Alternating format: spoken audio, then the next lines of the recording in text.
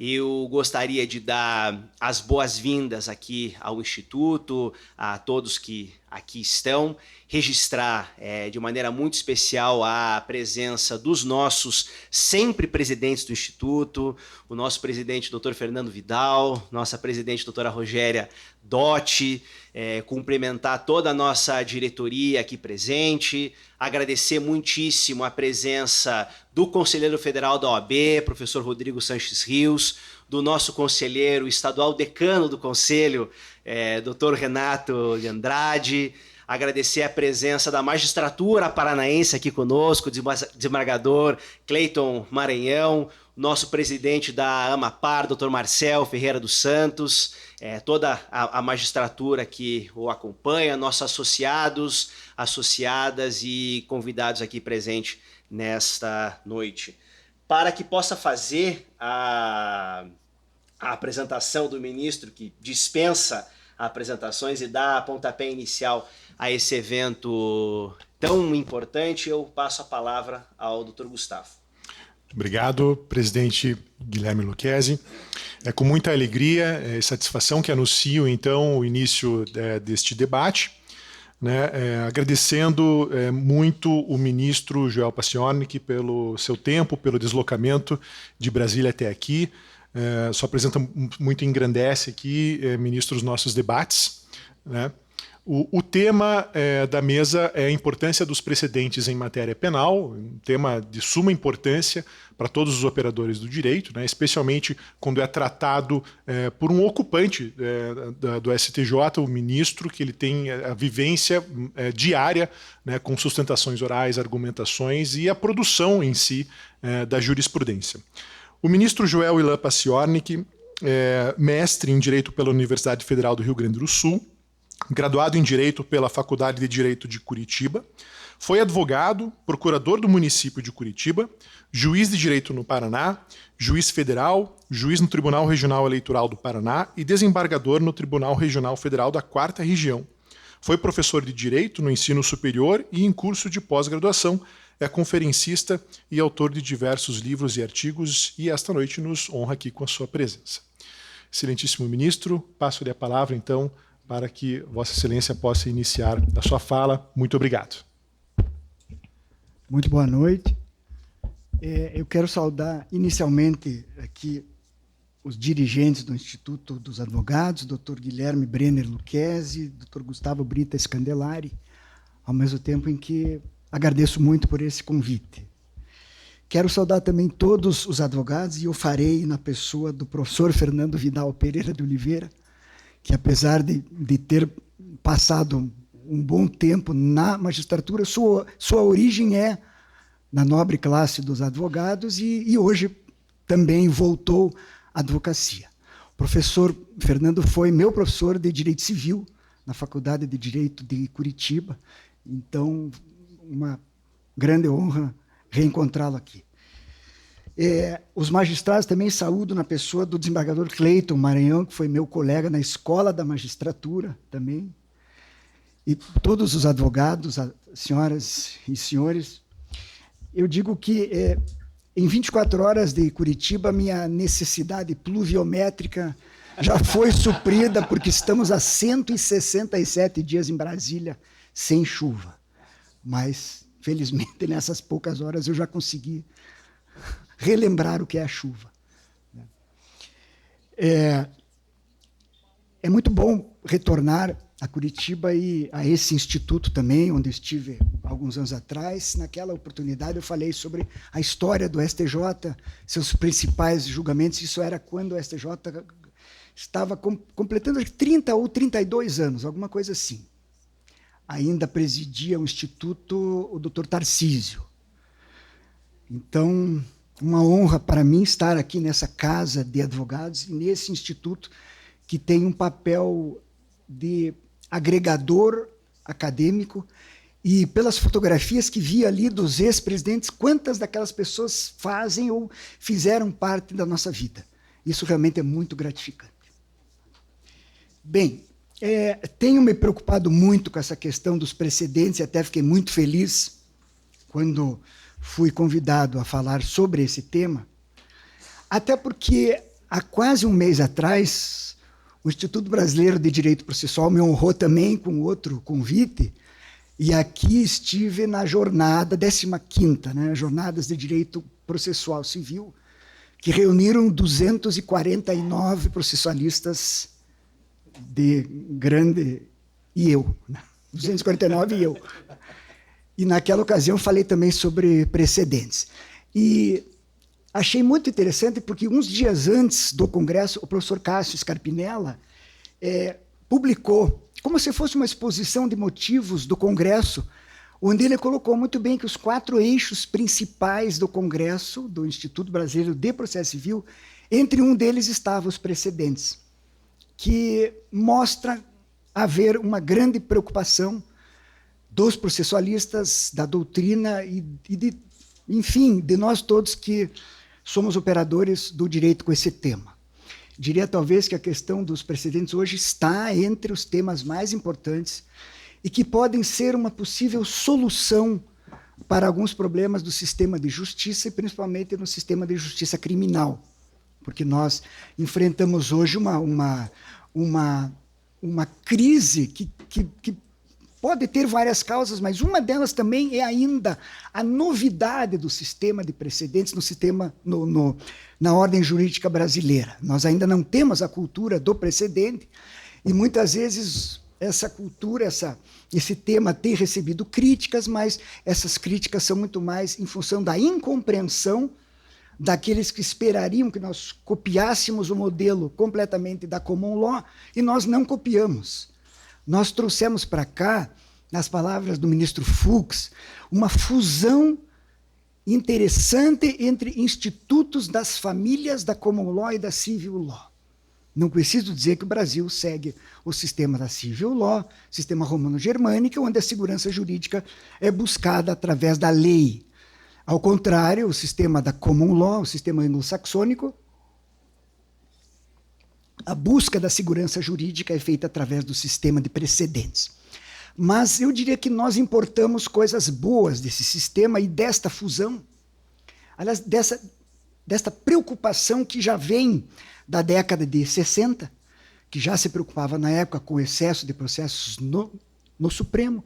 Isso foi evoluindo, passamos pelas súmulas vinculantes, e, finalmente, em 2004, a Emenda 45 trouxe novos instrumentos para valorizar o sistema de precedentes e tentar diminuir o volume de recursos que sobem às cortes superiores.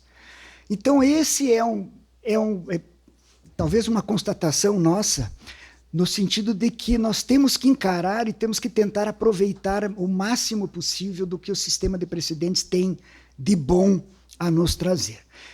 Digamos que o Código de Processo Civil de 2016 consolidou essa troca de sistemática, essa fusão entre as duas famílias aqui, repetindo as palavras do ministro Luiz Fux. Entre os objetivos da adoção e da importância desse sistema é conseguir-se aquilo pelo qual nós somos muito criticados, o nosso país, inclusive, que é a questão de segurança jurídica. Novamente, citando o ministro Fux, ele comentou eu já vi 2, 3 vezes, ele falando que tem um determinado estado da Federação Americana, o estado de Delaware, que é considerado aquele onde se opera uma maior segurança jurídica a ponto de atrair empresas e investimentos de pessoas que confiam no sistema. Então, o estado de Delaware, na sua competência legislativa, que é muito maior nos estados americanos do que os nossos, né? Nós não temos competência legislativa em matéria de processo, mas os estados americanos têm. Alguns deles têm até competências de direito material. Nós sabemos, alguns estados americanos têm pena de morte, outros não. Enfim, coisas da Federação Americana, que é totalmente diferente da nossa. Mas a nossa federação ela tem problemas também por ser do tamanho que ela é e em virtude das diversidades culturais que nós temos. Esses dias eu ouvi alguém dizer, é muito fácil falar de precedentes no interior do Amazonas, onde não tem nem internet, e onde para se chegar tem que ser 2 ou 3 dias navegando pelos afluentes do rio Amazonas. Então, realmente não é fácil. Mas nós temos, por outro lado, o monopólio legislativo da União. Ela legisla sobre direito penal, sobre direito civil, sobre processo civil e processo penal. Então, dentro dessa sistemática da Federação Brasileira e das competências constitucionais, nós temos que tentar aproveitar o que podemos retirar desse sistema. Eu gosto muito de um conceito de segurança jurídica que é do professor Humberto Ávila, da URGS e da USP. Eu fui aluno dele na URGS, e o professor Humberto, ele sempre diz que nós teremos segurança jurídica quando o direito for compreensível, confiável e calculável. É o tal do CCC. Compreensível, calculável e... Dentro disso, me parece que que a explicação para essas características, ela tem muita relação com uma questão temporal, porque conhecer o direito, ele ser conhecido, diz relação com o tempo presente. Nós temos que conhecer o nosso direito. Compreender ou confiar diz respeito a situações temporais que estão no passado ou no futuro. De que modo? Por exemplo, nós temos que conhecer o direito e ter a garantia que aqueles negócios jurídicos que fizemos no passado serão respeitados hoje, e aqueles negócios jurídicos que podemos fazer hoje ou queremos fazer serão respeitados no futuro. Essa dimensão temporal dos conceitos que eu procurei ver sobre segurança jurídica me pareceu muito adequado, porque ele resume, e o professor Humberto tem uma didática, uma capacidade de falar e de escrever assim que é realmente... E quando se fala em segurança jurídica, também temos que ver que o preâmbulo da nossa Constituição já coloca a segurança como uma das primeiras características do Estado Democrático de Direito. Porque diz lá, mais ou menos, a República Federativa do Brasil é um Estado Democrático de Direito que visa a segurança. Quando o Constituinte fala em segurança, ele não quis dizer só a segurança pessoal, segurança patrimonial, mas sim, os intérpretes, os constitucionalistas dizem que a Constituição quis dizer também segurança jurídica. Segurança jurídica, então, tem dentro dela muitos elementos que a definem e muitas finalidades ou muitas consequências de se observar a segurança jurídica.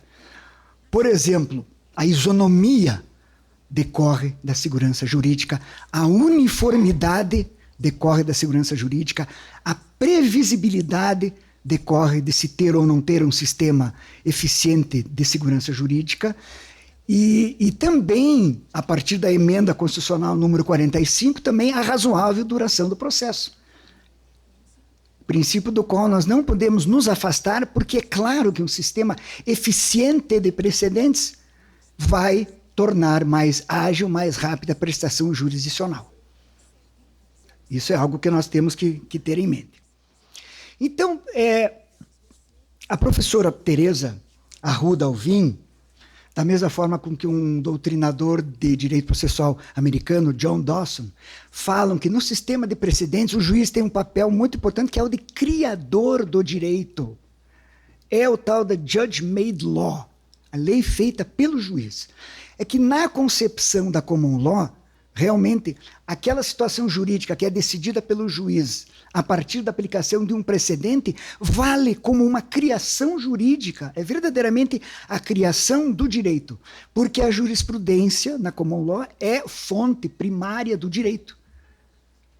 E nós trazemos para o Brasil, a partir do Código de Processo Civil, esse sistema em que o juiz passa a ser o criador do direito, na medida que vai resolver aquela situação concreta, desde que as condições fáticas sejam iguais, é claro, a questão jurídica deverá ser decidida uniformemente. E tudo isso, se funcionando bem, traz segurança jurídica, garante isonomia, permite previsibilidade e faz com que, claro, e aí, fora as consequências econômicas da segurança jurídica, como o caso que eu falei da preocupação do ministro Fux. A análise de investimentos, o país ser viável ou não. Da mesma forma com que há índices internacionais que mapeiam os países na forma com que combate a corrupção ou não, a níveis internacionais, a organismos que mapeiam as nações do mundo também com relação à segurança jurídica. Países onde é bom investir ou não. Infelizmente, em certos rankings desses, o Brasil não tem estado bem. Na área penal, por exemplo, combate à corrupção e em termos de lavagem de dinheiro, inclusive, tem um órgão muito específico que classifica o país segundo a eficiência do combate ou não. E essa era uma preocupação, inclusive, de uma comissão de reforma da lei de lavagem que eu participei, mas que não chegou ao fim, porque houve uma mudança na presidência do Legislativo Federal e essa comissão foi simplesmente extinta, porque já está na hora, a academia, os doutrinadores, os operadores do direito já têm reclamado que a lei de lavagem de dinheiro precisa ser alterada em muitos aspectos. Isso nós estávamos tentando fazer, mas não houve. Foi de uns 4 anos para cá, na antiga presidência, não sei se era o deputado Rodrigo Maia, antes do Lira hoje. Bom, mas era uma comissão que era para sugerir reformas na lei de lavagem de dinheiro. Não foi para frente, talvez porque não houve um empenho, um interesse muito grande na época daquela conformação do poder legislativo. Mas, então, essa é importante, então, só recordar essas noções que são simultaneamente da doutrina americana e da professora Teresa Rudolphin sobre essa função criadora do juiz e da importância disso. E o professor Dawson, até, da Universidade de Washington, ele fala até que o juiz faz isso por ser um ator político também. É claro que quando ele fala isso, ele não fala política no sentido de política partidária, mas política como mecanismos de Estado que são incumbidos também ao judiciário. Então, essa criação do direito seria o exercício de uma faculdade política, de um mistério político por parte do judiciário como exercente daquela parcela de poder estatal, né? Bem, observar precedentes hoje não é uma opção, é uma obrigação. O Código de Processo Civil, a partir de 2016, disse: os tribunais observarão e manterão a sua jurisprudência íntegra, concreta, né? 926, 927 lá, dão isso como... E vejam que interessante. A Lei Orgânica da Magistratura Nacional, ela diz que o juiz deve cumprir a lei. E se a lei diz que nós devemos observar os precedentes, então, pelo menos os precedentes vinculativos devem ser observados pelo juiz. Nós participamos de um grupo de trabalho no CNJ, mas era na época da pandemia, sobre a valorização dos precedentes. Era a gestão do ministro Fux. E nós conseguimos fazer um trabalho muito interessante de coleta de dados, mas na época não conseguimos implementar aquilo que era uma ideia minha e do grupo, que era uma resolução do CNJ sobre a observância de precedentes. Conseguimos apenas fazer uma recomendação. Passados aí 3 ou 4 anos, essa recomendação não surtiu efeito em alguns tribunais e hoje o próprio CNJ está repensando em criar ou valorizar novamente, não sei através de que instrumento, o sistema de precedentes, partindo desse princípio de que se a recomendação do CNJ, desembargadora,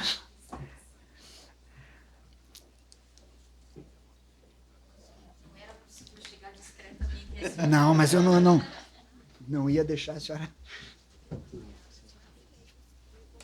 Boa noite. Como vai a presidência? Tudo bem? Boa noite a todos e a todas. Então, eu estava dizendo, professora Priscila, que o CNJ está preocupado em restaurar um movimento que já houve para a valorização do sistema de precedentes. Isso é algo que, inclusive, conversei pessoalmente com o presidente Barroso há uns dias atrás e sugeri a ele que retomasse essa agenda, né? Hoje não se fala em tema, se fala em agenda, né? Então, isso deve ser retomado. O professor Marinoni, e aí eu homenageando novamente os paranaenses aqui, ele diz que a previsibilidade da decisão judicial, ela não depende da norma. Realmente, a norma está lá, é abstrata, mas a previsibilidade tem que ser de como o juiz vai aplicar a norma. A aplicação concreta da norma é que deve ser previsível. O professor tem um livro muito interessante que ele chama Cortes Superiores, onde ele fala sobre a estrutura, né, principalmente do STJ e do Supremo, e coloca ali muitas coisas que são muito elogiáveis, né? Temas que ele aborda lá e que ele tenta, inclusive doutrinariamente, chamar atenção para a restauração do papel das cortes superiores. Isso ele é muito claro, e eu concordo com ele também, porque nós vivemos nos tribunais superiores uma crise, ou algumas crises. Uma delas é a crise de sobreposição, que na matéria penal existe entre o Supremo e o STJ. Né? Não há linhas, às vezes, que são definíveis, o que é matéria constitucional ou não. Então, na dúvida, o Supremo prefere dizer que é matéria constitucional. Né? E decide várias questões que são regidas por lei federal. Eu cito sempre como exemplo aquela famosa soltura de um traficante muito conhecido em um final de semana por uma decisão monocrática de um ministro e que causou um tormento na sociedade jurídica nacional.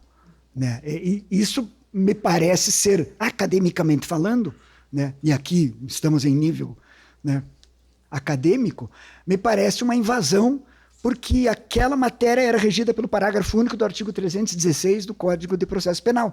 A revisão da prisão preventiva a cada 90 dias. O STJ já tinha decidido anteriormente que este prazo não era um prazo fatal e que teria que se olhar caso a caso. Então, não é automático, porque o juiz não revisou a preventiva nos 90 dias, solta todo mundo no dia seguinte. Mas acabou sendo um fato que chamou a atenção na época por essa sobreposição de competências.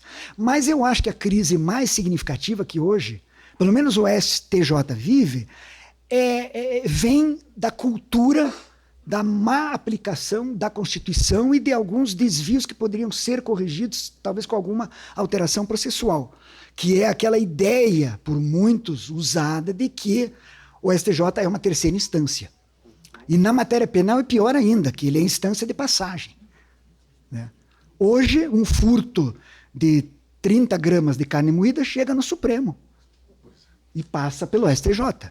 O furto de um sabonete Palmolive chega no STJ e vai ao Supremo. Então nós temos que... me parece que pensar em precedentes também, junto com isso, nós temos que pensar em filtros recursais, ou recolocar o tribunal no eixo da sua função constitucional. O STJ é intérprete da lei federal, ou seja, toda norma que não é constitucional, lei federal em qualquer matéria de direito público, privado e penal, é da competência do STJ dar a última palavra. Eu diria que, na prática, vê-se muito isso, ou mais do que nas outras, na seção de direito privado, que muitas questões, quem advoga em privado sabe que muitas questões têm a sua última palavra decidida no STJ. Mas o problema da constitucionalização do direito civil também traz com que muitas vezes haja essa tendência, essa vontade de se deslocar uma questão de direito privado, por exemplo, filiação, casamento, coisas que podem chegar ao Supremo também por força de norma protetiva constitucional. Mas se nós tentarmos recolocar nos eixos, botarmos nos trilhos o STJ, nós teremos uma mais eficiente prestação jurisdicional. O Supremo conseguiu uma redução drástica no seu número de processos desde que a emenda constitucional 45, que dentre outras tantas coisas boas, trouxe a repercussão geral e que hoje nós temos aprovada uma emenda constitucional criando o filtro da relevância da questão de direito infraconstitucional federal. Temos a emenda aplicada, não temos uma lei ainda.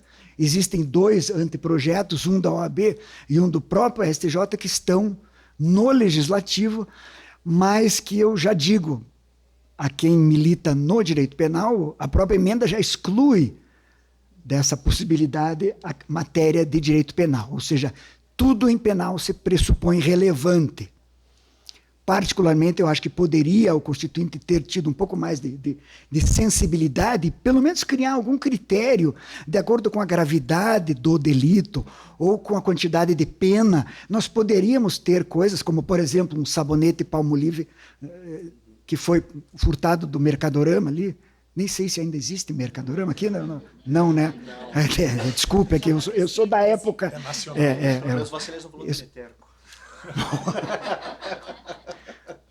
Olha, eu estava contando para alguns amigos ali que esses dias eu fui ao banco e felizmente encontrei um gerente físico lá com quem eu sentei, conversei, e ele queria me convencer que eu não precisava mais vir na agência e que eu precisava usar os tais aplicativos. E eu falei para ele, que deve ter uns 30 e poucos anos, eu falei, olha, eu sou da época em que eu ia tomar café com o gerente do Banestado na rua 15 de Guarapuava. Então, só para o senhor ter uma ideia. Então, eu tenho realmente muita dificuldade com essas coisas. Meus filhos tentam me ensinar, às vezes. Alguma coisa eu já evoluí, entendeu? Aliás, quando veio o processo eletrônico, me lembro também, e o TRF4 foi o primeiro a implantar, né, em nível de Brasil, o nosso EPROC, criado por servidores do TRF4, sem nenhum custo adicional, e que hoje roda em vários tribunais e coisa. Eu estava numa sessão de julgamento, eu era da primeira turma, que era tributária e aduaneira, e o colega me fez uma pergunta. O que tem isso? Aí eu falei para a minha assistente, me dá os autos aqui para eu ver, né? E daí ela chega no meu ouvido, é eletrônico o processo, desembargador. Eu falei, puxa, então... Eu falei... Como é que eu vou esclarecer a dúvida do meu colega? Porque antes era fácil, né? Está as folhas 32 aqui, mas não... Então... Mas acabei resolvendo lá por outra forma, sem ter que abrir o processo eletrônico naquela hora. Isso era 2008, 2009, né? Bom, feitas essas considerações assim que são um pouco teóricas, um pouco práticas, né? Também fruto da nossa vivência, eu queria dizer que o STJ ele tem uma preocupação muito grande, tem um espírito de colegialidade muito grande. Nós temos a consciência da importância da colegialidade. Então, falo pela terceira sessão, né, que a integro há 8 anos e meio.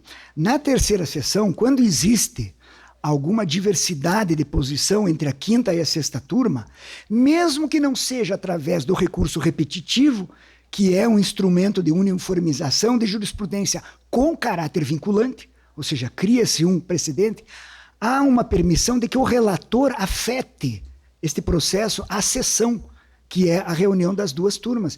E a sessão, em decidindo, todos os ministros acabam decidindo no mesmo sentido, por questão de coerência, por questão de segurança jurídica. Porque senão a gente fica naquela loteria. Se cai numa vara tal, ele dá liminar, cai na outra vara, ele não cai. Eu me lembro disso quando eu era juiz aqui na Voluntários da Pátria. Na época que a distribuição era feita por um globo de bingo ainda. Lembram? Não, né? Claro que acho que... né? Então, E o temor dos advogados era, eu me lembro, mas o TADAC não dá liminar, mas o Lippmann dá, né? Lembram? Só os mais antigos lembram dessas coisas, né? Como era o drama dos advogados, né? Caiu aqui, caiu ali. Mas esse senso de colegialidade do STJ, eu acho que vem de uma forma assim, muito boa para a efetividade do sistema de justiça. Então, mesmo que esse precedente que se forme na terceira sessão sem ser vinculante, ele acaba vinculando pelo menos os integrantes da terceira sessão a partir daquele momento decidirem daquele posicionamento. E isso é muito importante, muito interessante para que se tenha eficiência dentro desse sistema. Tá? Eu vou mencionar aqui alguns temas só que já foram por nós apreciados claro, há muitos, mas eu separei aqui uns 4, 5 só para mostrar o quanto é essa nossa preocupação de criar precedentes. Esses todos criados pelo sistema de recursos repetitivos, portanto, esses aqui são vinculantes, né? Eu trouxe uns 40, 50, eu vou ler uns 4 só, 10%. Por exemplo, tema repetitivo 221, que foi aprovada a tese com relação ao crime de corrupção de menores. Né? Diz a tese: a configuração do crime do artigo 244b do Estatuto da Criança e do Adolescente independe de prova da efetiva corrupção do menor, por se tratar de crime formal. Ora, é uma tese jurídica que qualquer juiz que se defronta com essa dúvida se o crime de corrupção de menores é material ou formal, se ele estiver atento à jurisprudência vinculante, ele vai dizer que é crime formal e que não precisa prova de efetiva corrupção. Algo extremamente útil. O relator foi o ministro Marco Aurélio Belize, quando integrava a egrégia quinta turma. Tá? Tema repetitivo 585, ministro Sebastião Reis Júnior, questão de dosimetria da pena, né? Aplicação de atenuantes, agravantes, naquelas 3 fases do 59. É possível, na segunda fase da dosimetria, a compensação integral da atenuante da confissão espontânea com a agravante da reincidência, seja ela específica ou não. Todavia, nos casos de multireincidência, deve ser reconhecida a preponderância da agravante prevista no artigo 61.1 do Código Penal, sendo admissível sua compensação proporcional com o atenuante da confissão espontânea. Essa outra muito interessante aqui. Havia uma posição jurisprudencial bastante oscilante com relação ao fato de que, se extinta a punibilidade da pena privativa de liberdade e o sujeito não pagava a multa, não se considerava extinta a punibilidade. Ou seja, o sujeito que não pagava a multa, apesar de cumprir a pena, não tinha extinta a punibilidade.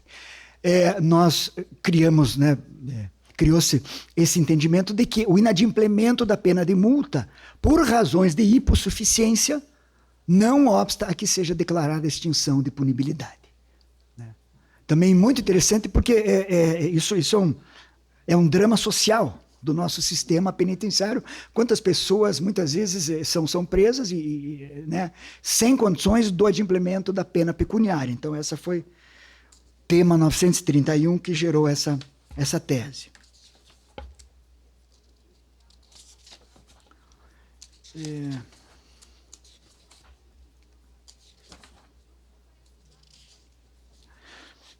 Ministra Laurita Vaz relatou o tema repetitivo 1077, com relação à consideração ou não, em termos de personalidade, antecedentes, também questão de dosimetria, mas mais especificamente dizendo quanto a condenações transitadas em julgado. Então, diz a tese: condenações criminais com trânsito em julgado não consideradas para caracterizar reincidência somente podem ser valoradas na primeira fase da dosimetria a título de antecedentes criminais, não se admitindo sua utilização para desabonar a personalidade e conduta do réu. Aliás, o ministro Félix Fischer, que é ainda, né, um grande entendedor de penal e processo penal, que ficou no STJ por mais de 25 anos, dizia que ele desafiava algum juiz que consiga fazer uma dosimetria usando como, dentre os parâmetros, a personalidade do réu. Que juiz nenhum tem como, sem um psicólogo, sem um psiquiatra, sem uma terapia, dizer que, né, como se diz por aí, o réu é voltado à delinquência, porque tal. Não tem. Não há como ser. Claro, quando se fez o código em 1941, eu não sei o que se queria dizer com personalidade, né? Mas é impossível, é muito difícil do juiz valorar a personalidade, mas então vale a tese.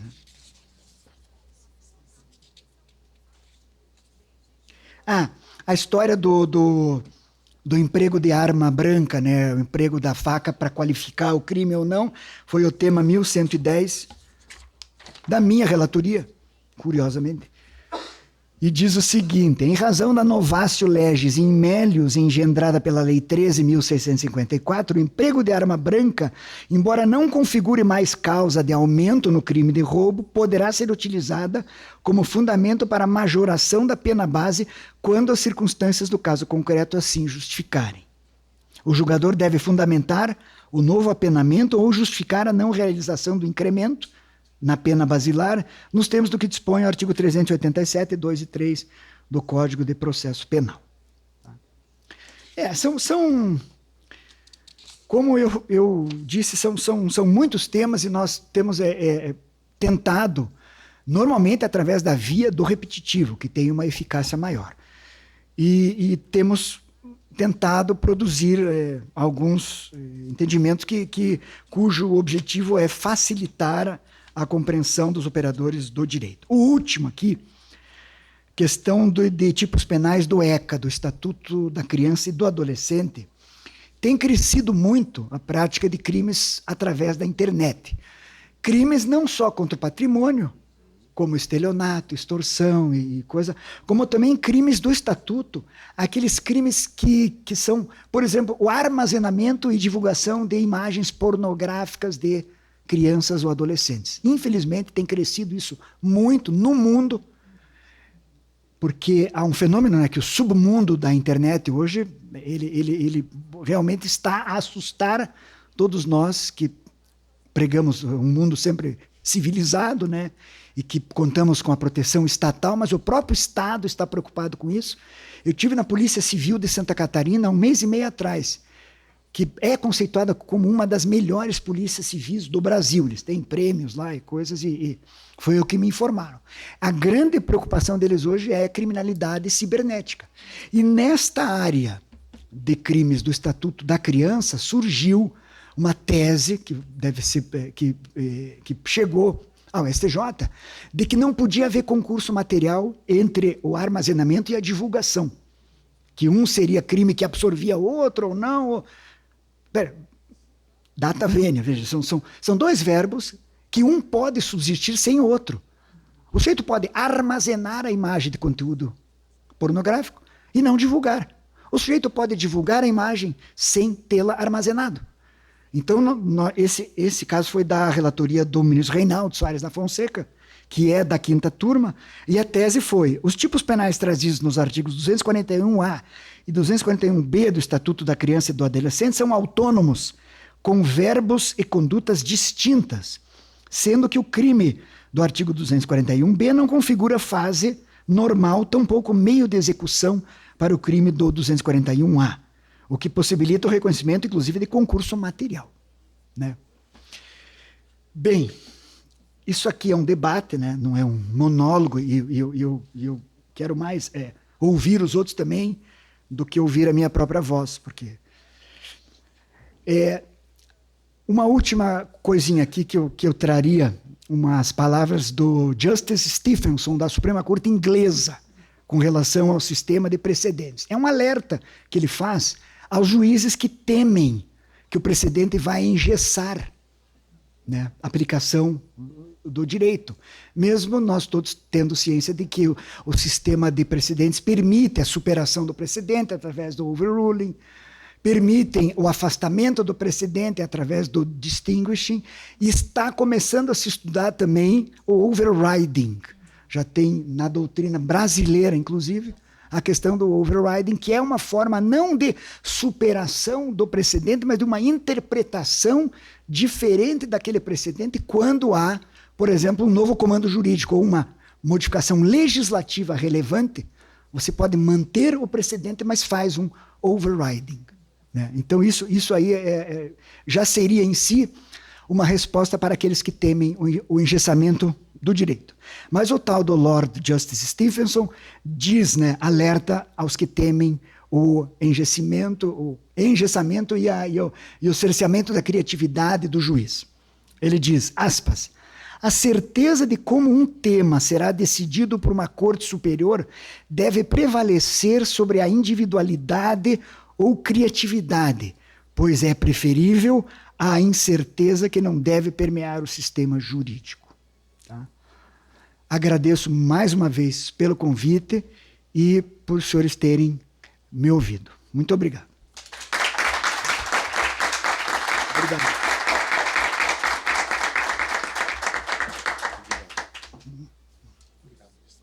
Eu que agradeço. Tema. Muito obrigado, ministro Joel, pela brilhante exposição.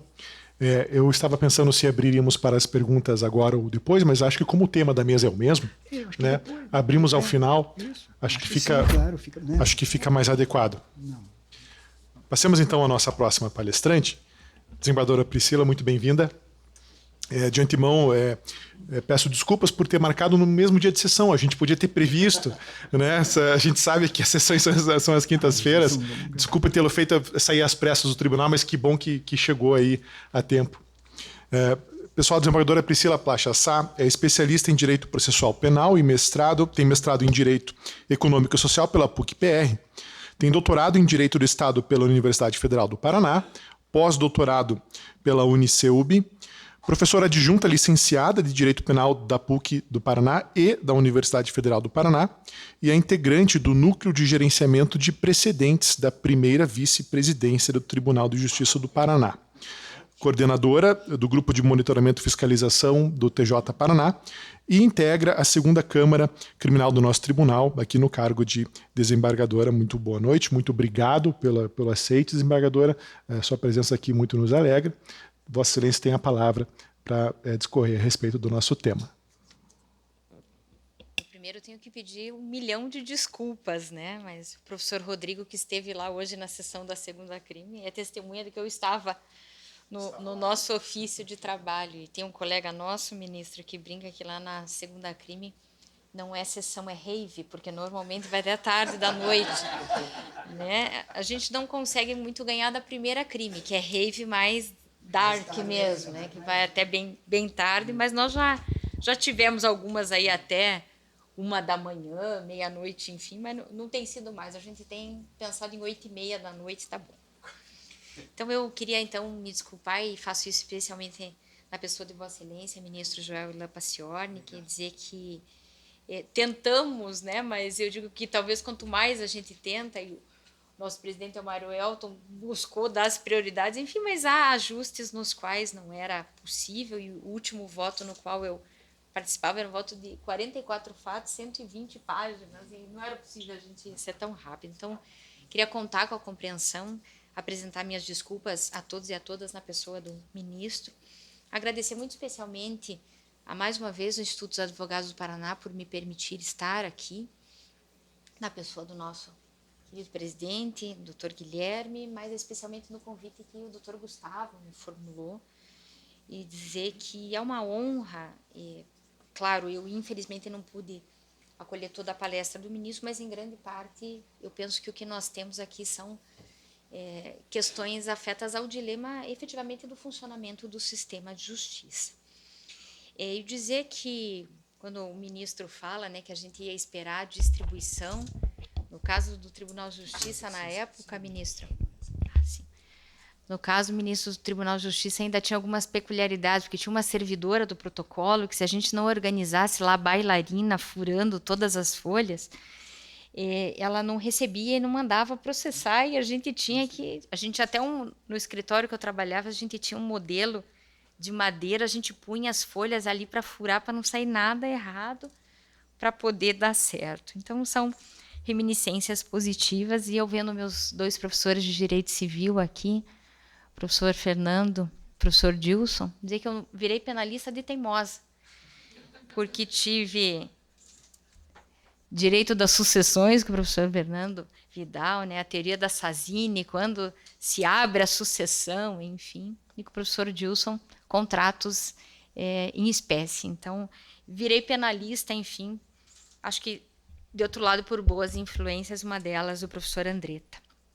Queria cumprimentar também minha querida amiga, doutora Rogéria Dotti, o desembargador Guido Dobelli, também o doutor Renato Andrade, doutor Rodrigo, desembargador Cleiton, e muito especialmente o nosso presidente da AMAPAR, doutor Marcelo Antônio Ferreira, a nossa vice-presidente, doutora Jaqueline, magistradas Priscila e Cíntia, e alguém eventualmente que eu possa ter esquecido, e é um pouco revivar aqui meus professores e alguns ex-alunos, enfim, que também gostaria de cumprimentar na pessoa da Maria Vitória. Quando o doutor Gustavo, então, me propôs aqui o tema, eu confesso, ministro, e hoje disse ao desembargador José Maurício que eu acordei às 5h20 da manhã porque eu estava muito nervosa para falar na presença de Vossa Excelência. Dizer que é um grande compromisso, né? Porque o ministro Joel é um paradigma para nós em termos do que ele trouxe aqui, né? De reflexão aprofundada, não só sobre questões postas à apreciação, mas especialmente sobre pensar o sistema de justiça criminal, que talvez, ministro, através das suas crises estruturais mais violentas, né? Vossa Excelência deu o exemplo daquele caso da soltura do traficante por uma monocrática, e todas essas questões, ainda que obviamente desprovidas de qualquer outra questão, senão, penso, a perspectiva de acertar, sempre nos colocam todos a pensar. Vou começar pelo fim, mas essa decisão foi possível, talvez uma percepção de que o próprio movimento sobre análise de busca sobre prazo razoável na duração do processo, ele se suspendeu, né? Como se aquele... Precisamos pensar, então, como fazer isso, né? A gente, há algum tempo, teve uma situação similar ao tema envolvido, que é a questão do tráfico de drogas, que nos convoca cada vez mais a uma reflexão profunda, que também foi uma decisão e depois se descobriu que essa pessoa tinha um registro de mandado de prisão de um outro estado, que não estava no âmbito do BNMP e que, de fato, seria uma pessoa envolvida numa facção de alta periculosidade. Eu penso, e até os precedentes que o ministro citou, eu trouxe entre julgados e precedentes, né, e algumas decisões vinculantes. De fato, a gente tem uma grande dificuldade contemporânea em pensar de modo estruturalmente sério, eu diria, às vezes as próprias instituições no volume de casos postos a julgamento, que é o programa criminal que a gente precisa operar hoje em dia, né? E, de fato, o que a gente vê na grande vocação ainda do Legislativo, e, claro, isso também bate às portas do Poder Judiciário, é mais crimes e mais penas, né? Hoje nós tivemos aí a questão, né, de impacto bastante relevante em medidas envolvendo violência doméstica e familiar contra a mulher. Hoje, a pena, então, mais alta está ali incrustada, né, saindo daquele paradigma dos 2 crimes contra o patrimônio, enfim, mas isso nos convoca a possibilidade de dizer que grande parte dos temas postos envolvem matéria de direito penal, mas, como também disse o ministro, temas tão antigos quanto novos, dentre eles a dosimetria da pena. E me recordo, ministro, fui não só aluna, mas estagiária do professor Andretta. Ele contou que uma força-tarefa organizada pelo, à época, procurador Félix Fischer, em revisões criminais que foram formuladas pelo Ministério Público em favor dos acusados, ele disse que em torno de 93% das revisões criminais envolviam pena. E a gente percebe, né, Maria Vitória, uma grande parte das revisões criminais que a gente enfrenta na nossa Câmara, oriundas da primeira, originariamente da segunda, também envolvem pena. Então, esse, de fato, é um dilema, né? Houve aí uma movimentação do CNJ propondo, ministro, uma aferição, aspas, um pouco mais matemática, no que também a gente poderia debater muito, especialmente do artigo 59, né? E, de outro lado, o que também vai bater especialmente às portas do Superior Tribunal de Justiça, e obviamente com reflexos para a justiça no âmbito federal ou estadual, que é a precariedade ou a timidez, ou às vezes como uma voluntariedade um pouco casuística, é a questão do processo penal, né? Então, se de algum modo o programa criminal, para o bem ou para o mal, ele mudou bastante, embora, se a gente olhar uma penitenciária, os 3 crimes que mais prendem são os mesmos de 40 anos atrás, né, furto, roubo e tráfico, a gente vê uma timidez, como eu disse, ou às vezes um arrobo, que também preocupa, na matéria de processo penal, ou também ditado por circunstâncias muito peculiares, né? Vou dar o nome, é uma reflexão filosófica, né? Pacote anticrime. Ele vem como produto de um grande case criminal. E claro que, portanto, atingido na sua estrutura. Dessa situação penal e processo penal, que a gente poderia colocar como sistema de justiça criminal, a gente vai ver que há, dentro de um sistema de justiça criminal, vários, aspas de novo, tipos de justiça criminal operando. A das mega operações, a dos crimes econômicos, as que envolvem facções, a do Palmolive, se debatendo, ministro, por exemplo, se existe teoria do domínio funcional do fato, em 2 piá que, como dizem eles, né, fizeram um posto de gasolina no SIC. E aí, claro, essa é uma dificuldade, e a conclusão que eu gostaria de pensar ao final é de que como eu posso pensar que o que foi decidido sobre a Nação Penal 470 sobre teoria do domínio funcional do fato é de alguma medida aplicável em 2 piá que pegaram um canivete e foram roubar um posto de gasolina. Sabe? Então, acho que, claro, não que esses 2 garotos não mereçam todo o cuidado do sistema de justiça criminal, inclusive para aplicar a sua pena certa. Eu começaria dizendo assim, então, ministro, eu tentei pensar que a questão sobre precedentes, especialmente sobre precedentes em matéria penal, ela perpassa, de um lado, uma reflexão filosófica profunda sobre o que hoje a gente pode operar com qualidade em termos de justiça criminal. Eu tenho medo de conhecer os dados concretos do STJ, mas vou dar um da 2ª Câmara Criminal do Tribunal. Nós, em 15 de agosto deste ano, recebemos o equivalente a toda a distribuição de 2023. A 1ª Câmara Criminal hoje tem a maior distribuição de todo o tribunal. Superou todas as câmaras cíveis. E para a gente pensar como isso é verdadeiro, todas as vagas de entrada do tribunal hoje estão concentradas em câmaras criminais, o que jamais aconteceu. Por razões que a gente poderia pensar, uma das que o professor Rodrigo provavelmente não dormiria, de que o crime é mais fácil. Então, acho que com todo esse cenário já podemos dizer que não. Então, ela é uma reflexão filosófica sobre qual é o papel, então, do sistema de justiça em relação à questão criminal, como disse, pensando questão criminal, execução da pena, que também é outro flanco extremamente complexo para a gente imaginar, no qual normalmente se pensa que a matéria é puramente administrativa, mas não podemos deixar de considerar algo que também perpassa por isso de natureza pragmática, que é, né, o volume de questões, no exemplo que já foi dado pelo ministro. E a fala do Lorde da Suprema Corte inglesa nos faz refletir assim, uma das lições que a gente precisa retomar com bastante substância, que é o dilema entre legalidade substancial e legalidade formal.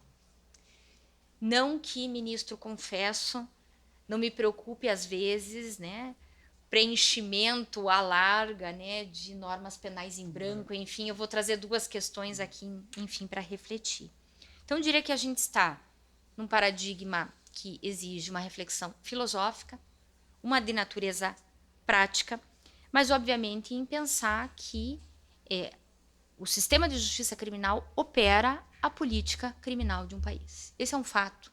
E, portanto, decidir o que rigorosamente pode alcançar, especialmente, não mais com uma 3ª instância, mas com uma instância rara. Esse era o nome, né? A gente estudava isso. Instância rara, decorava lá, ministro, recurso especial, só lei federal, só vai para STJ, REST, RESP. É isso, eu acho que a gente precisa refazer essa lição. Mas também temos o juiz que não aplica a questão da dosimetria nos moldes, enfim, então esse é um fato. E digo que uma das perguntas que a gente encontra, né, no repertório, por exemplo, de publicação acadêmica, o que é um precedente e o que é um precedente em matéria criminal. E acho que é preciso a gente teria decisões sobre as quais não teríamos dúvidas de que elas consistem em precedente. Julgamento dos temas, julgamento da terceira sessão na nossa matéria. Mas eu diria que vale a gente refletir também que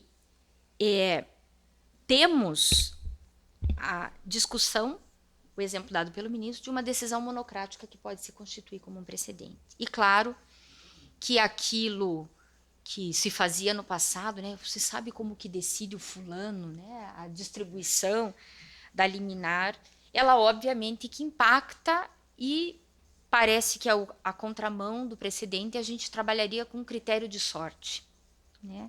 A bolinha do bingo pode definir a vida, nesse caso, liberdade das pessoas. Obviamente que também o órgão colegiado que a produz estrutura bastante a possibilidade de como aquela decisão realmente pode ser pensada como um precedente. Eu gostaria de trazer mais uma questão que provavelmente quem já está um pouco mais familiarizado com as discussões sobre inteligência artificial, não propriamente na visão somente de juristas, mas de outros operadores, a leitura que se apresenta não raro como uma vantagem da inteligência artificial é rememorar todos os precedentes sobre aquela matéria e reunir para análise casos com temas semelhantes. Obviamente, buscando, como disse o ministro, a previsibilidade da jurisdição. E pode parecer, especialmente eu que sou egressa do 5º da advocacia, algo contraditório de que a jurisdição deve ser previsível. E eu sempre disse, e hoje, mesmo estando nessa outra atividade, eu entendo que ela deve ser. Porque uma surpresa decisional, ela tem impactos muito complexos, muito complexos. E, para além de algo que pode ser uma conversa do bar, né, mas pensando estruturalmente o sistema de justiça, eu ganhei ou eu perdi, acho que a gente precisa refletir estruturalmente sobre sistema. Com isso, eu queria destacar que uma das questões mais nodais, né, que aparece no fundo, e depois eu vou falar um pouquinho mais também sobre overruling, overriding e distinguish, é efetivamente o que é similar. E aí a teoria do domínio funcional do fato, do Roxin, criada num contexto muito específico, um dos maiores juristas da Alemanha, que escreveu por conta disso um tratado sobre autoria e domínio, que precisa ser usada no concurso de pessoas do roubo lá do SIC. É claro que é por isso, né, que a gente precisa pensar em algumas reflexões, inclusive ao analisar aquela decisão que vai ser tida como um precedente. E eu começo, ministro, tomando a liberdade de dizer que é algo que pode parecer quase tolo, mas é bastante relevante, e ouvir algumas críticas dizendo como que o CNJ agora vai querer regular, é a ementa. E eu diria, né, que o grande perigo, né, obviamente, às vezes tenhamos sido estagiários um pouco mais afoitos, acha uma ementa que diga para mim aqui. A ementa precisa, né, o CNJ traçou uma métrica do que ela deve ter, porque, obviamente, essa ementa vai ter que ter, então, a questão debatida, os fundamentos.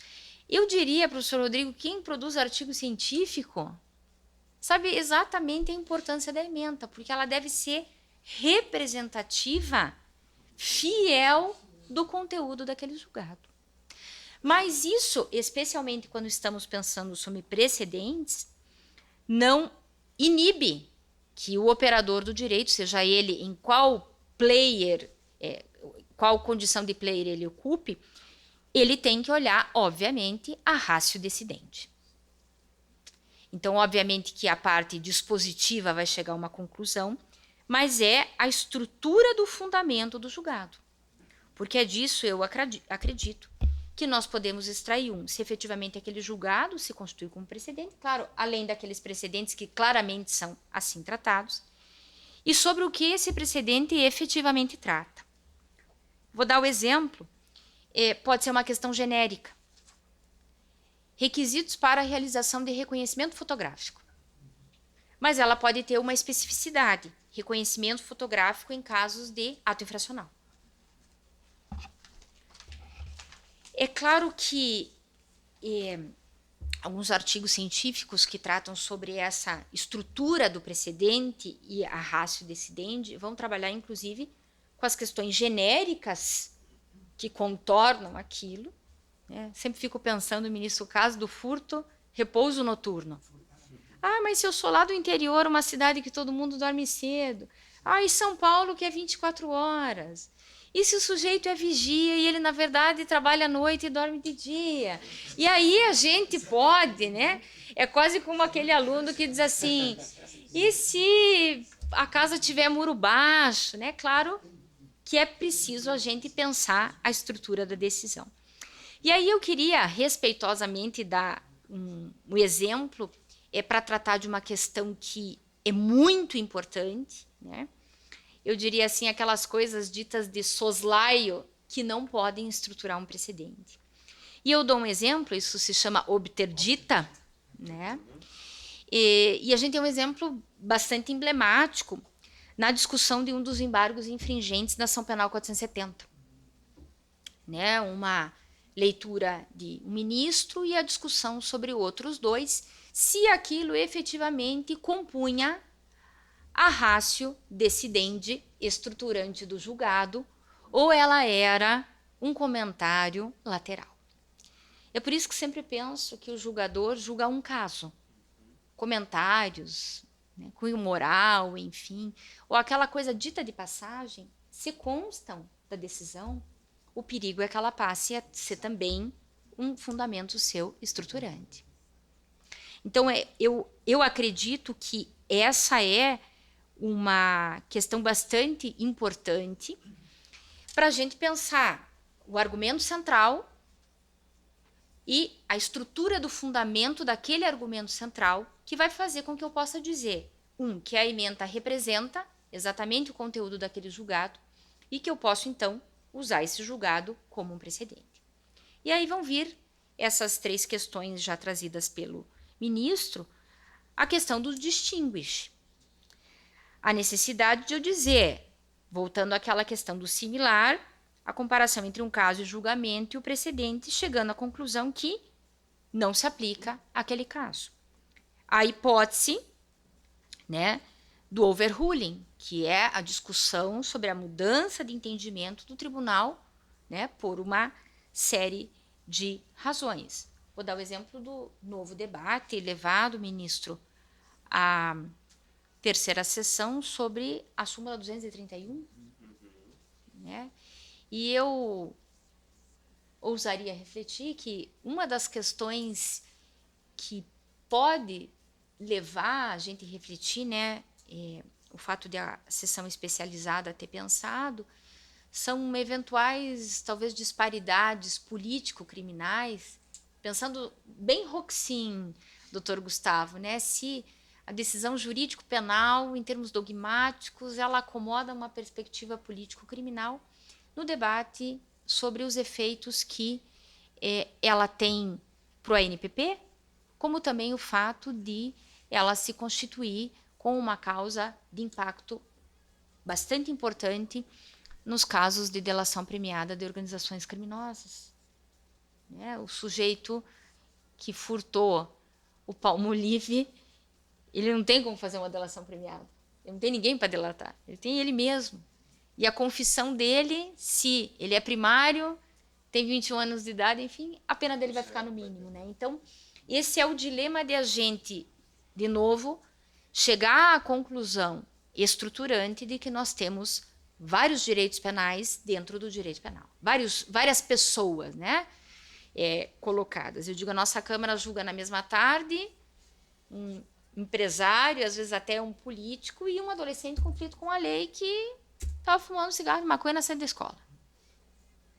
E, obviamente, eu digo, qual que é a estrutura principiológica que rege aquilo?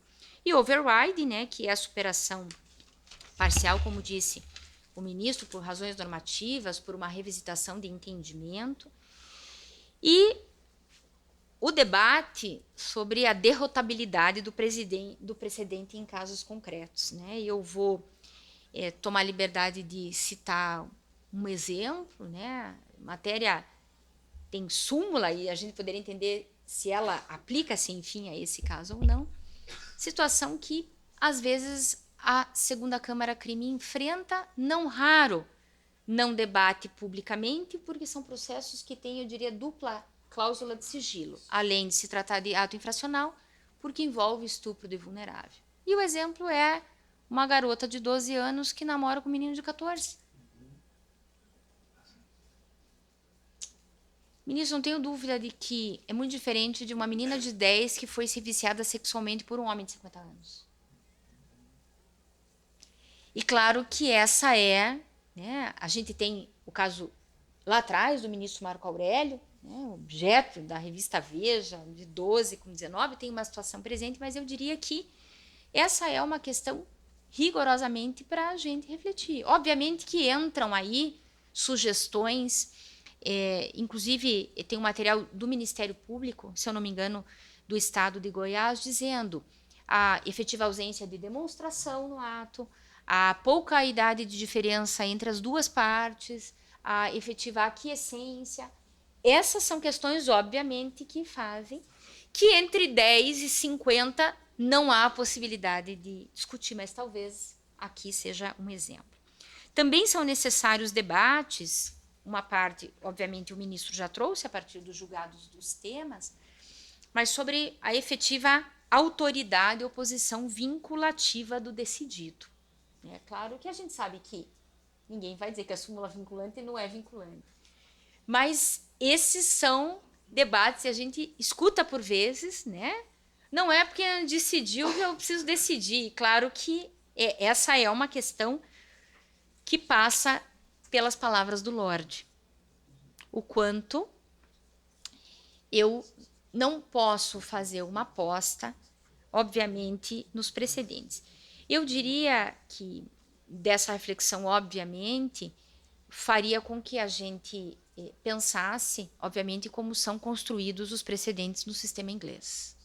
Uma outra estrutura de constitucionalismo, uma outra posição sobre como se chega à Suprema Corte, o tipo de causas que ela decide, mas as reflexões, obviamente, também nos cabem.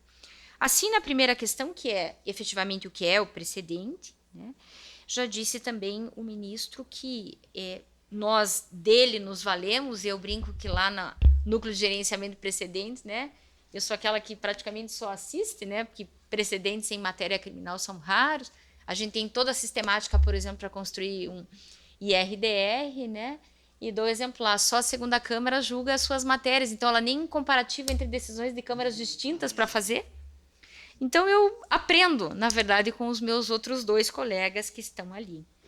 E é claro que nisso, que o que a gente chama de precedentes, como julgados podem ser tidos como tal, eu, diversamente do ministro que separou por temas, eu trouxe uma questão mais ampla. Vou voltar ao exemplo do reconhecimento fotográfico. Se discute se ele é recomendação ou é interpretação do 226. Uma questão, ministro, que diariamente a nossa Câmara debate em dois estratos bem setorizados em relação aos adolescentes, quando da discussão sobre porte de arma e tráfico ou uso de drogas, e em relação ao Estatuto do Desarmamento, que também é competência da nossa Câmara, que debate a legalidade das abordagens e, de consequência, a existência de nulidade ou não da busca pessoal, veicular e residencial. Esse é talvez um dos temas, percebo assim, ministro, mais nodais para a gente refletir profundamente sobre a posição político-criminal em relação à chamada criminalidade de rua. Eu penso que está aqui algo muito nodal para a gente imaginar o debate sobre existência de uso de câmaras em agentes de segurança pública, o controle da legalidade efetivo pelo Ministério Público das instâncias de controle repressivo. Eu diria que essas questões, ministro, fazem com que a gente repense rigorosamente os 75% que cumprem pena, que estão dessas abordagens. Se a gente olha estes casos, quase 90% deles têm um trabalho do Instituto Sangaree, quer dizer, o flagrante se converte numa preventiva e uma preventiva que se converte numa sentença, porque praticamente não há questões. E a questão sobre a nulidade faz com que a gente reflita esse papel. Outro tema que eu coloquei um selo maior e a gente poderia se subdividir, e já estou me encaminhando para o fim. Princípio da insignificância. A gente tem o debate dele nos crimes ambientais, no furto, munições, administração pública e uso de entorpecentes. Obviamente que tratados nessa questão também de política estrutural trazida pelo ministro, o que efetivamente incumbe ao STF enquanto guardião da Constituição. E eu refletiria que a própria discriminação da posse, mas é matéria do STJ, porque é preenchimento de norma sobre norma penal em branco. Claro que daí a interpretação é que o princípio da legalidade é da natureza constitucional, artigo 5º, e aí, ministro, a gente sempre pode tudo, A recente decisão, ainda sem acórdão publicado, em relação ao complemento do artigo 19 da Lei de Contravenções Penais, me alertado pela querida Maria Vitória, que é o complemento de o que é arma branca. O acórdão ainda não está publicado. A discussão sobre a posição de criminalização do Supremo em relação ao racismo social nos casos de LGBTfobia. E também, nessa mesma linha, a imprescritibilidade do crime de racismo. De uma parte, então, desses exemplos, a gente talvez fosse a uma outra reflexão em relação a esses precedentes. Vou dar o caso da Ação Penal 347 sobre o estado de coisas inconstitucional, que quem é mais afeto a isso talvez se recorde que os ministros do STF ficaram por uma tarde inteira discutindo a possibilidade da admissibilidade daquele debate, dado que, no limite, a discussão era sobre uma política pública do Executivo. A segunda é, então, Poder Judiciário versus Executivo. E nos exemplos que dei, especialmente do racismo social e da imprescritibilidade do racismo, a questão do Poder Judiciário invadindo o Poder Legislativo e até mesmo, nesse caso, talvez invadindo o Constituinte, em relação à imprescritibilidade. Então, também na política judiciário-executivo, a discussão que depois obteve um novo contorno em relação à determinação no julgado sobre uso obrigatório de câmeras, que depois se revisitou, porque estaria fora, inclusive, do objeto. Então,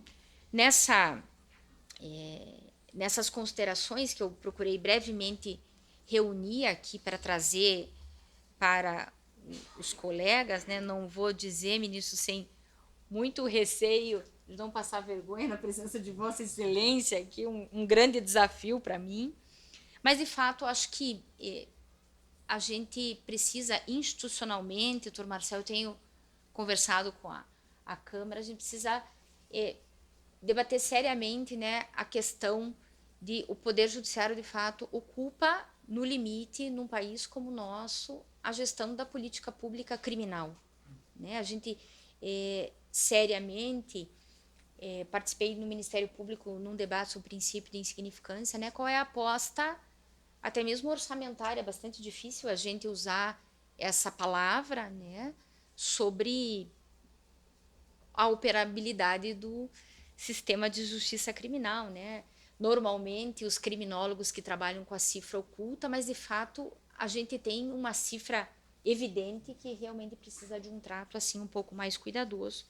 E acho que um desses caminhos é a gente pensar seriamente sobre a questão dos precedentes. Eu agradeço a palavra. Obrigada.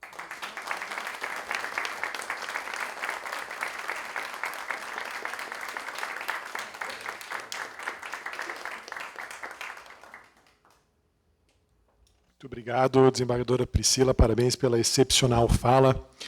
A sua fala, somada à do ministro, nos permite ver quão rico é esse tema. Eu comentava com o ministro Paccioni agora há pouco, falar sobre precedentes, né? É falar sobre questões filosóficas, como a desembargadora falou, né? Questões conceituais em que nós poderíamos nos questionar o que é, afinal de contas, um precedente jurisprudencial, né? O que define ele, qual é o sentido dele, qual é a força vinculante desses precedentes e por que aqui no Brasil, às vezes, eles não são muito levados a sério, como disse o ministro no começo, né? Aí você pode se remeter até à questão do sistema que nós temos, civil law, common law, as diferenças, né? Nós estamos falando, no final das contas, de uma questão de identidade do nosso sistema de justiça, né? Quando se fala da importância dos precedentes, não só em matéria criminal, mas aqui nós temos um ambiente criminal, né, nas nossas atuações, então é claro que o tema está cortado para esse enfoque, mas nós também podemos falar sobre um aspecto mais prático que envolve a todos nós. O ministro falou algo muito interessante, que falar sobre os precedentes é falar sobre a certeza de como uma norma será aplicada, né? O ministro trouxe a experiência de um justice, né, que fala de outro sistema, que fala, não, nós temos a segurança aqui de que esse caso concreto vai ser decidido dessa forma, né? E eu acho que vários colegas sabem aqui, advogados no Brasil, que essa certeza nós não temos. Né? Nós não sabemos, não temos como dizer para os nossos clientes, em matéria penal ou civil, como vai ser decidido um caso. E às vezes a gente se sente até desamparado pela jurisprudência brasileira, porque a gente diz, olha, depende muito. Participei em reuniões com a Rogéria recentemente sobre valores de indenização em dano moral por morte. Né? A gente levou uma pesquisa para o cliente, cada uma das câmaras cíveis do tribunal tem um valor diferente e as turmas do STJ têm outros. Né? E a gente tem que dizer para o cliente, a gente não sabe, se quer fazer um acordo, não sei, esses são os patamares. Né? E a mesma coisa na dosimetria penal. Né? Também a gente tem isso. E a dosimetria é a fonte de maior insurgência, muito porque, como disse a desembargadora Priscila, cada caso tem as suas peculiaridades. O que é o período de descanso? Né? O ministro já tem a resposta aqui, ele achou um tema...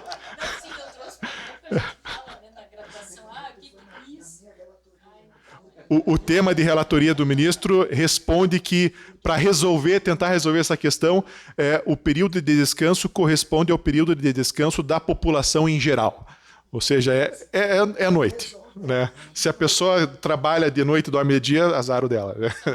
Tá. Mas, pessoal, esse é um tema realmente muito interessante, para eu não ficar aqui me delongando, porque eu acho muitas questões podem ser ditas. Eu gostaria, então, de abrir para perguntas antes das minhas. O doutor Guilherme também deve ter algumas, imagino. Mas alguém da plateia, por favor. Obrigado. Primeiramente, boa noite. Como disse a doutora, para não passar a vergonha, eu vou começar de primeira, perguntando, para não ter padrão comparativo. Porque a gente está diante de pessoas como a doutora Dotti, a doutora Placho, o doutor Paccioni, o doutor Luquezzi, que além de terem sido alguns professores meus, fazem parte da biblioteca. Então, eu sempre digo, é sempre complicado quando você discute com aquele nome que você leu tanto tempo nos seus livros e estão nas suas petições. A minha pergunta vai para a doutora Placho de Sá. Quando a professora citou a IA, é uma questão que cada vez se torna mais premente na advocacia, e me parece que para a advocacia é mais simples a análise de como ela é usada, porque a gente coleta os dados, como a doutora falou.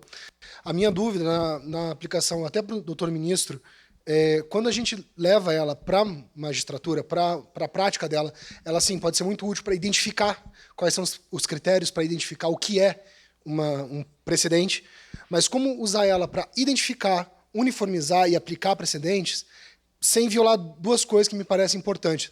A autonomia do magistrado na decisão, e uma coisa que já começa a ser discutida, inclusive no common law, que seria um direito humano, um julgamento humano. Já começa a ter essa discussão até qual é o limite que a IA pode ir, porque senão é um direito humano você ser julgado por outro humano e não por uma máquina. Que você não tem. Às vezes o código é muito grande e já se sabe dos vieses que um código pode ter. Como a doutora citou do racismo social, já é conhecido os vieses racistas de muitas das IAs. Já alguns vieses racistas, alguns vieses de região onde o crime acontece. Então a minha pergunta seria de que maneira, pelo menos um vislumbre, um olhar de soslaio, assim, de como a IA pode ser usada sem violar esses dois preceitos. Tanto a autonomia do magistrado em julgar, mas não essa autonomia, como disse a doutora Gina, não, tem um vinculante, mas eu aqui posso aplicar. E não chegando nesse nível de autonomia. E também o direito de você ser julgado por uma pessoa, que a justiça, por mais que seja um instrumento político, também é um instrumento humano. Um instrumento de ser julgado, tanto que tem um despacho, essa questão da humanidade do julgamento. Obrigado. Por coincidência, no Universas dessa semana da PUC, falei exatamente sobre esse tema, né, sobre inteligência artificial e poder judiciário. Te confesso que acho que num curto espaço de tempo não daria para responder tudo, mas começo dizendo assim, o CNJ tem uma resolução específica sobre o tema, que provavelmente em breve vai ser aprimorada. Se você tiver curiosidade, a audiência pública que foi realizada agora no final de setembro está disponível no CNJ, ela é muito relevante. E ela é muito relevante porque houve uma pesquisa prévia aos tribunais. Então, a gente poderia dizer assim, a IA no Poder Judiciário é uma realidade. A questão é como ela vai ser aplicada. E acho, ministro, que uma das questões mais importantes é a rastreabilidade da IA. O que significa a tomada de decisão? De novo, a gente poderia aqui, doutor, imergir para uma discussão filosófica o que é a decisão. Eu vou dar o exemplo que o doutor deu sobre o enviesamento, que é uma das preocupações sobre a IA, mas eu poderia dizer que o enviesamento também existe no humano, né? Porque a gente tem muitos debates sobre casos que ficaram debatidos na estrutura, inclusive o próprio CNJ já tem uma pesquisa entendendo que é necessário a equidade de gênero e de raça para promover um sistema de magistratura diferenciado. O que é preciso a gente refletir é exatamente o que a magistratura pode fazer com a inteligência artificial, né? Então, nessa pesquisa ficou revelado algo, ministro, que era como quando eu era estagiária. Absoluta maioria dos magistrados e servidores que responderam à pesquisa disseram que usam a IA para busca de jurisprudência. E aí está o Chus Brasil, está o Google, estão os tribunais. Qual é a preocupação? Porque o ChatGPT, que é uma das mais comentadas, enfim, ele produz conteúdo generativo. Então ele cria, se você disser lá, eu procurando para essa minha palestra, né? Faça um gato, né, em formato de anime. Né? Anime é um tipo de desenho aí, meus 3 filhos... Ele faz. Obviamente que o problema é nas mãos de quem está a originalidade da tomada de decisão. Então, penso eu, ministro, que depois dessa audiência pública, né, obviamente que estudos estão terminando, mas a gente tem mais ou menos o seguinte cenário. 66% dos tribunais que receberam a pesquisa usam algum modelo e alguma forma de inteligência artificial, o que daria mais ou menos 60 e poucos projetos. Tem outros 140 projetos em andamento. O Tribunal de Justiça tem algumas, vou dizer assim, metodologias de IA, o Júri GPT, que até ganhou um prêmio recentemente. E eu participei, ministro, dos testes do Laboratório de Inovação com o Júri GPT.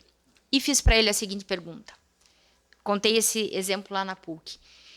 Eu devo decretar a prisão preventiva de um réu que violou medida protetiva? E ele disse, não sei responder.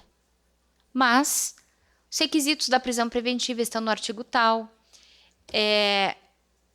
violação de medida protetiva é prevista no artigo 24A, e ele mais ou menos está dizendo, você decida, mas obviamente que a gente sabe que a IA pode, especialmente a IA generativa, produzir decisão. Obviamente que, de novo, ministro, a resolução hoje em vigor proíbe que isso seja usado em matéria criminal. E claro que o que é a preocupação? Então, conclusões que a gente tem sobre não só no Poder Judiciário.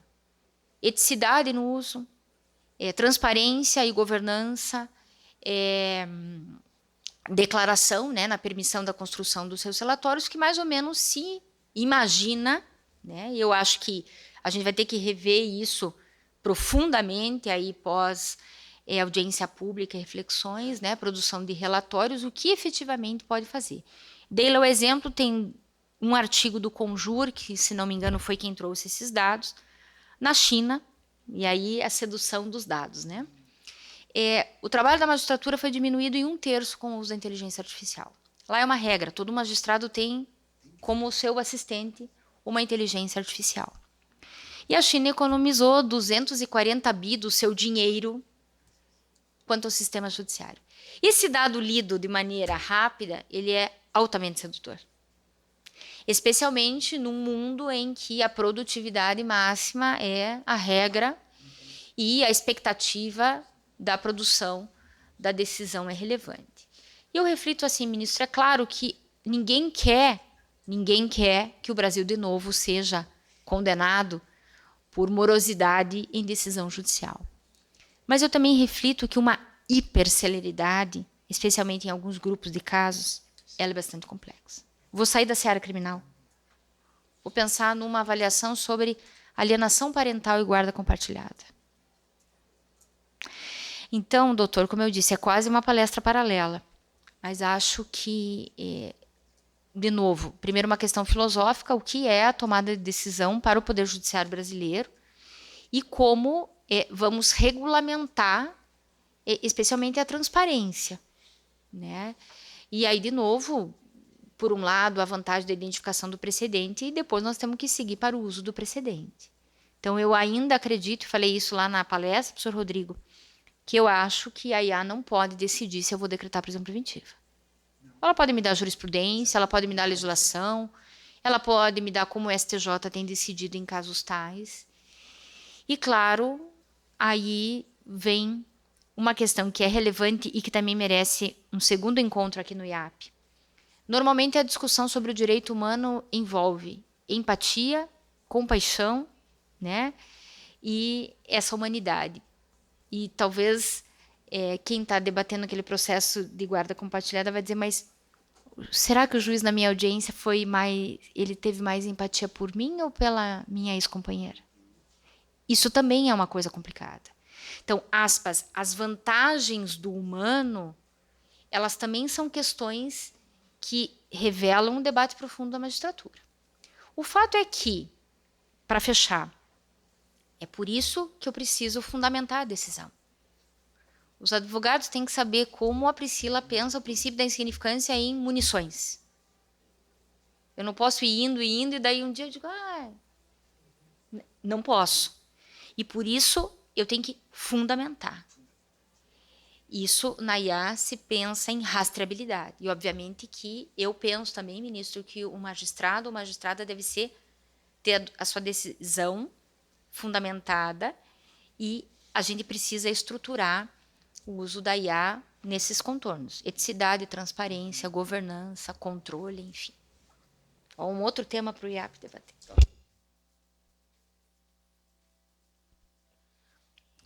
Mais uma pergunta, pessoal? Ali. Tem um microfone, acho que fica mais fácil. Passa para mim. Boa noite, meu nome é Ana Clara, eu sou estudante da UFPR e faço parte do NUP, né, professor Lucchesi, e eu faço parte da equipe de competição do NUP. E a gente tem discutido, uma das teses da nossa competição, umas teses obrigatórias, é a retroatividade de súmulas. Então, eu gostaria de ouvir vocês a respeito disso, porque uma das coisas que nós pensamos, e agora vocês comentando aqui, sobre esse papel que a súmula tem de dizer, ou temas, enfim, de dizer como a lei ela vai ser aplicada no caso concreto, como é que isso fica em relação a outros casos que, de repente, chegam por recurso de apelação, que foram decididos de uma forma no primeiro grau, né? Essa era uma pergunta. E a outra pergunta que eu tenho é em relação à diferenciação da vinculação, se existe uma diferenciação entre temas e súmulas vinculantes, porque, nesse caso da competição, nós estávamos estudando a questão da retroatividade da súmula 593, sobre o consentimento da vítima em casos de estupro de vulnerável, né? E aí nós nos deparamos com a informação de que já tinha antes o tema repetitivo 918, depois veio a súmula 593 e, posteriormente, foi incluído o parágrafo 5º no artigo 217-A, que também trata da questão do consentimento da vítima. Então, nós nos questionamos sobre isso na última reunião da equipe, né? Se existiria algum papel diferente dessa vinculação, porque parece, a impressão que nos dá é que ela não foi respeitada, tanto é que teve que ser incluído um parágrafo novo no artigo. Não sei se me fiz compreender, mas, enfim, essas são as minhas duas perguntas. Obrigada.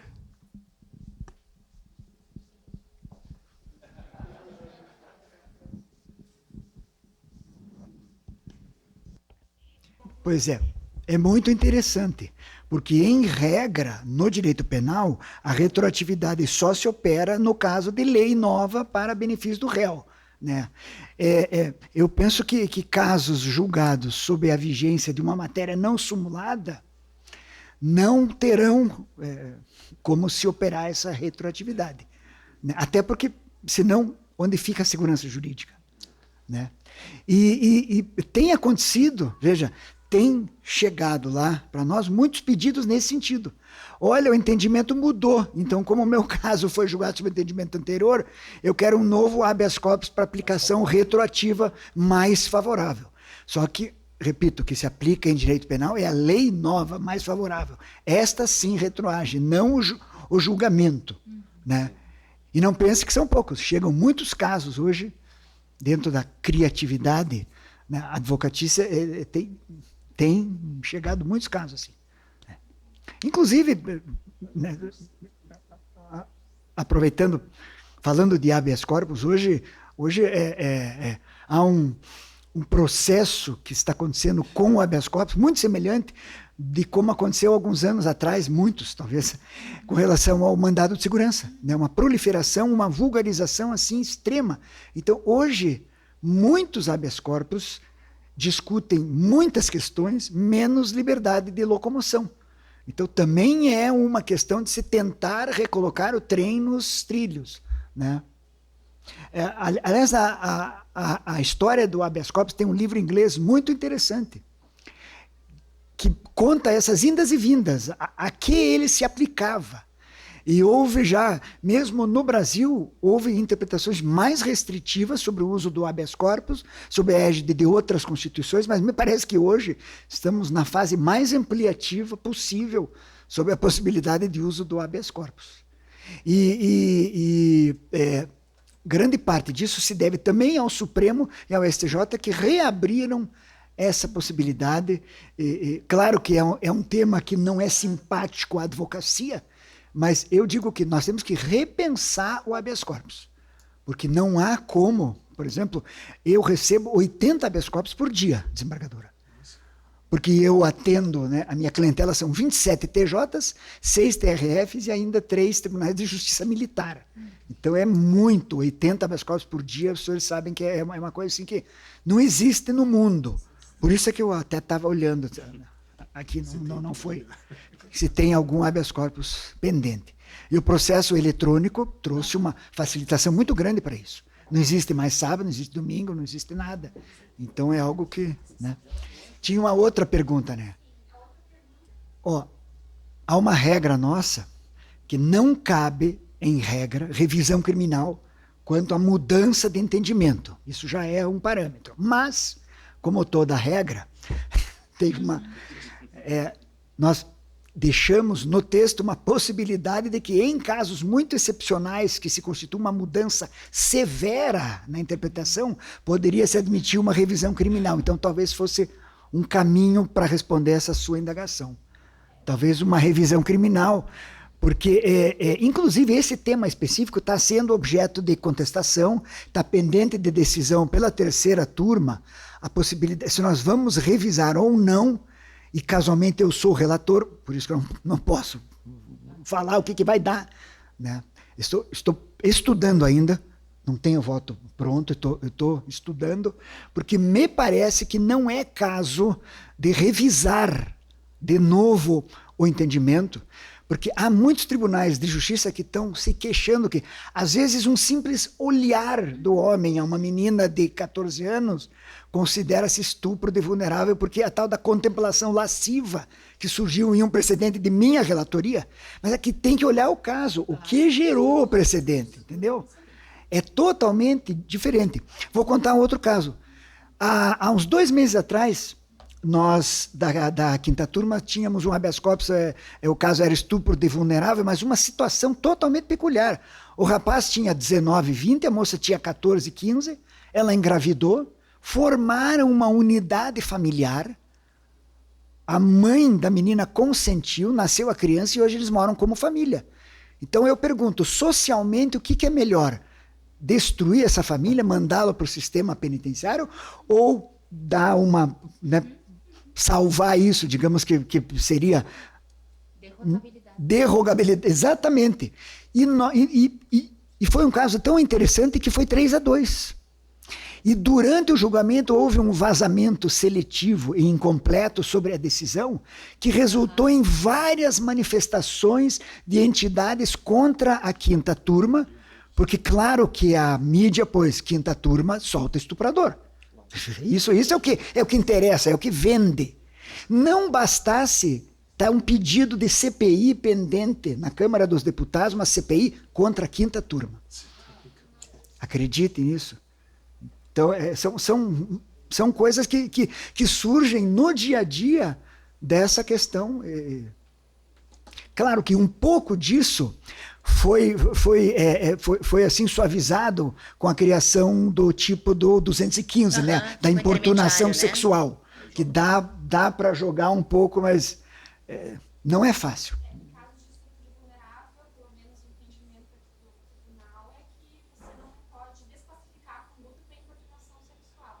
Exatamente, que em regra é o que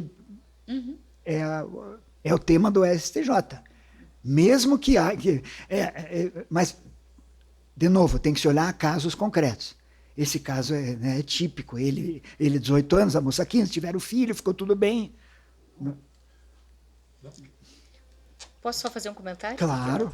Na época desse julgamento, ministro, fiquei, né, a gente, e aspas, né, a quinta turma nem podia se defender porque o processo tramitava em segredo de justiça. Em segredo ainda, então exatamente. Você não pode, mas ali houve enfim, mas houve um vazamento ali seletivo. Na época, ministro, que teve esse julgamento, e claro, quem pensa estruturalmente vai dizer, bom, com o histórico de decisões da terceira sessão, obviamente que há alguma peculiaridade que levou a isso. Exatamente.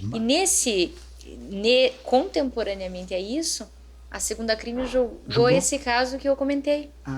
Era um casal de namorados, começaram a namorar quando a menina tinha 11 e o rapaz tinha 13. E foram... consentidos, inclusive, namoravam na casa da menina, e enfim, a mãe dos 2 adolescentes trabalhava fora. E aí, um dia a mãe soube que parece que o menino estava envolvido com furto e quis terminar o namoro. E a menina fugiu de casa, pegou uma moto e foi atrás do menino. E a mãe chegou com a polícia militar lá, conselho tutelar, aquilo, já havia algum indicativo de que, para além do acontecido. E o adolescente teve a procedência da representação estupro de vulnerável. E aí o debate era isso, né? Como você aferir peculiaridades, porque daí então o menino já estava com 14 e a menina com quase 13. E aí, portanto, nessas peculiaridades, a própria mãe dela consentia desde os 11, enfim. Mas eu digo, um vazamento seletivo faz com que segunda crime absolve estuprador de criança. Exatamente. Segunda turma. E é claro, né? E voltando ao exemplo que o ministro deu, especialmente daquela decisão monocrática do traficante, obviamente que também a gente percebe a maneira de comunicar. Né? Um outro precedente que acho que a maneira de comunicar, ministro, levou a uma alteração de posicionamento, que também foi uma decisão do STF, né? Do STF, que tem mais. STF absolve feminicida, Feminicida. que foi a discussão sobre o argumento da absolvição genérica. E eu reflito, sobre, né? Ele é um exatamente. HC de Minas Gerais, então houve a absolvição, o tribunal condenou, vai ao STJ, vai ao Supremo e se absolve dizendo que havia pedido, era uma das teses defensivas desde o começo, o pedido de clemência. De clemência. O quesito do artigo. Então, eu até trabalhei isso numa das turmas da universidade. Foi da de vocês? Não. Minha amiga que está de óculos aqui na frente. Não? Não? Debatendo assim a estrutura da rácio da decisão exatamente. a partir da comunicação de mídia, que a gente sabe que tem um impacto, né? Porque ficou lá, ministros do STF absolvem feminicida. Feminicida. Então, claro, é uma questão complexa sobre a absolvição genérica, e acho que uma das questões que motivou, ministro, efetivamente, a mudança de paradigma em relação à interpretação são os casos de feminicídio. São os casos, A prisão em segunda instância, eu acho que também tem esse contorno, né? Por conta desse outro debate para o IAP, questões de violência doméstica. Pois é. Eu ia falar outra palestra em relação com a mídia, de tudo isso com a mídia também. Né? Isso, olha, faz desculpa, mas eu tenho indo para 33 anos de magistratura. Eu nunca consegui entender realmente a dificuldade do judiciário se relacionar com a mídia, mas hoje eu passo a pensar que é por má vontade deles, da mídia, que eles não têm interesse em nos ouvir. Não dá à mídia, por exemplo, uma notícia dessa, que eu recebi ontem 80 habeas corpus, isso não dá. Mas que eu soltei um estuprador da mídia. Então, que critério, o que é mídia hoje, né? Eu acho que é uma outra reflexão. Que legitimidade a mídia tem, que respaldo ela tem e que fenômeno de credibilidade ela passa hoje para... Né? Esse tema é outro tema assim, que é muito delicado. Judiciário e mídia. Considerando o adiantado da hora, pessoal, acho que podemos encerrar as perguntas e eu devolvo a palavra ao presidente. Fazer uma pergunta só antes, claro. Doutor Gustavo. Eu aproveitar aqui a condição da mesa. Claro, o presidente pode. Eu sem querer me estender, mas quando Vossa Excelência comentou, ministro Joel, a questão dos habeas corpus, isso me chamou a atenção sobremaneira, porque da maneira como a questão do habeas corpus ela se encontra estruturada hoje, enfim, tratando-se de movimento exclusivo da defesa, pelo menos em favor do acusado, é possível levar à jurisdição superior uma série de questões que seriam inacessíveis pela via do recurso especial e principalmente do extraordinário. Então, com essa possibilidade que se tem hoje, e Vossa Excelência colocou muito bem essa questão no início da palestra, da crise, de sobreposição, que qualquer caso criminal, inclusive do Palmolive, chega até a jurisdição do Supremo Tribunal Federal, esse conflito, de fato, que acaba se gerando, em vez de deixar a discussão de eventual questão processual que pode vir a ser maltratada pela jurisdição em primeiro grau, para não se precisar esperar aguardar a procedência de uma acusação, o desprovimento de um recurso, para precisar manejar com todas as dificuldades técnicas, um recurso especial, com uma série de filtros, de tentar buscar um atalho. E quando essas ordens são concedidas por vezes de ofício, né, diante do não conhecimento, pelo uso do habeas corpus como sucedâneo recursal, por vezes, né, e acredito que surjam duas questões aqui. Acabam se firmando importantes precedentes, e eu vou me permitir usar um exemplo do Supremo Tribunal Federal para não precisar usar um do Superior Tribunal de Justiça, mas como no caso do habeas corpus 126.292 de São Paulo, em que o Supremo Tribunal Federal, ao julgar improcedente um habeas corpus da Defensoria Pública de São Paulo com relação à questão da possibilidade de prisão após o julgamento em segundo grau, gerou um precedente que, com muito maior aderência em todas as demais instâncias jurisdicionais do que muitos repetitivos e súmulas, né? O que é um dado muito curioso. O famoso 1262, né? Eu lembro dele. Esse habeas corpus foi aquele caso sobre a possibilidade ou não de prisão em segunda instância. Ele acabou, em termos práticos, virando um precedente, apesar de não ser a via adequada para a formação de precedente. Ou seja, formou-se um precedente persuasivo, não vinculativo. E acabou tendo muito efeito porque praticamente grande parte do judiciário passou a admitir a possibilidade da execução da pena quando a sentença confirmada em segundo grau. Esse é um fenômeno que eu acho que pode também ser atribuído, porque faz tempo que eu penso quais as causas desse excesso de habeas corpus. Uma delas, me parece, é a ausência no sistema processual penal de um recurso com efeito suspensivo. Perfeito. De um recurso eficaz, como se fosse um agravo de instrumento no sistema penal. Perfeito. Então, tudo se vai através do habeas corpus. Tudo. E se nós tivéssemos um recurso eficiente, talvez não precisasse tanto do habeas corpus, que é um agravo, alguma coisa. Até porque o recurso em sentido estrito tem raras hipóteses de admissibilidade, né? Você não pode usar ele para tudo. Então Mas olha, é muito bom a gente estar aqui falando e pensando juntos sobre isso. Eu fico muito feliz nessas oportunidades que temos de falar mesmo e debater, né?